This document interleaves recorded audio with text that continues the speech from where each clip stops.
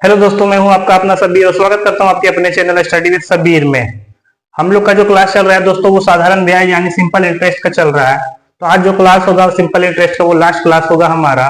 और आज हम लोग देखेंगे कि कोई साधारण ब्याज की दर से कोई राशि 5 वर्ष में 3 गुनी हो जाती है तो कितने वर्षों में 11 गुनी हो जाएगी। तो जब भी दोस्तों ऐसा रहे कितने वर्षों में इतना गुनी हो जाती है तो कितने वर्षों में इतना गुनी हो जाएगी, ऐसे वाले क्वेश्चनों में बहुत दिक्कत आती है। लेकिन वो दिक्कत आज से आप लोगों का खत्म, क्योंकि बहुत शानदार तरीके से हम लोग इसको सोल्व करेंगे और बहुत ही आसान तरीके से इसको बना भी लेंगे। तो क्वेश्चन है दोस्तों कि साधारण ब्याज की दर से कोई राशि 5 वर्ष में 3 गुनी हो जाती है तो कितने वर्षों में 11 गुनी हो जाएगी।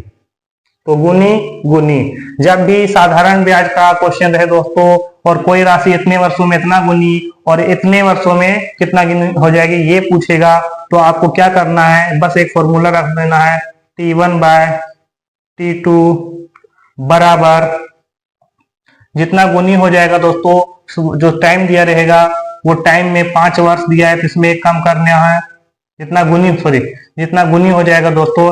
गुनी कहां से कहने का मतलब क्या हुआ दोस्तों कि अगर एक है राशि तो वो कितना हो गया, 3 हो गया। तो यहाँ पे जो ब्याज मिलेगा वो कितना मिलेगा, 2 मिलेगा। तो बस वहां पे जो भी दिया रहेगा गुनी में उसको एक कम कर देना है। याद रखिएगा, जो भी एक गुनी जितना भी बोलेगा उसमें क्या करना है, एक कम कर देना है। और दूसरा क्या बोल रहा है कि ये 11 गुनी हो जाएगा तो वहां पे कितना ब्याज मिलेगा दोस्तों, 10 मिलेगा। तो 11 में एक कम कर देना है, बस यही याद रखना है आपको। तो जो टाइम दिया है दोस्तों क्या बोल रहा है कि 5 वर्ष में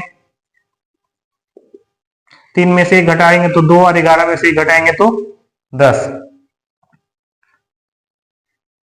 अब यहाँ पे क्या करना है दोस्तों, हमको T2 निकालना है। तो ये इससे गुना हो जाएगा और ये इससे गुना हो जाएगा। तो यहाँ पे हम देखते हैं अगर T2 निकालना है तो क्या हो जाएगा मेरा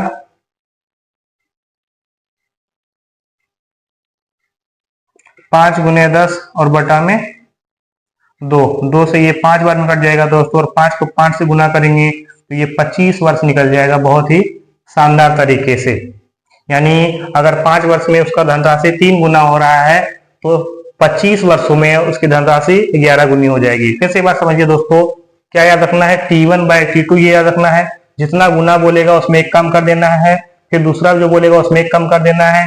इसको सोल्व करना है, बस ये मेरा टाइम निकल जाएगा बहुत ही आसान तरीके से एसआई वाला गुनी वाला क्वेश्चन में।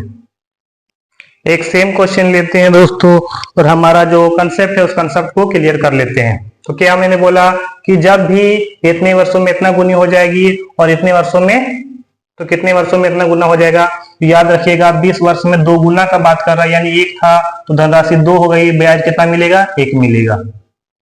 फिर 1 होए और धनराशि 3 गुनी हमको करनी है तो ब्याज कितना मिलेगा, 2 मिलेगा।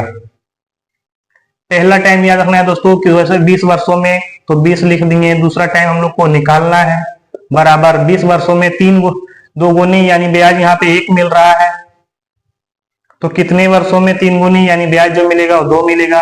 तिरछा गुना करेंगे दोस्तों तो T को 1 से गुना करेंगे तो T हो जाएगा और 20 को 2 से गुना करेंगे तो 40 वर्ष इसका आंसर हो जाएगा बहुत ही शानदार तरीके से। उम्मीद करता हूं दोस्तों कंसेप्ट आपका क्लियर हो चुका होगा। ऐसे क्वेश्चन में हम लोग को दिक्कत नहीं आएगी। आज हमारा ये साधारण ब्याज का क्लास खत्म हो गया। नेक्स्ट क्लास हम लोग चक्रवृद्धि ब्याज का स्टार्ट करेंगे दोस्तों। वीडियो अच्छी लगी हो तो लाइक करेंगे, चैनल को सब्सक्राइब करेंगे और दोस्तों में शेयर करेंगे। Thank you.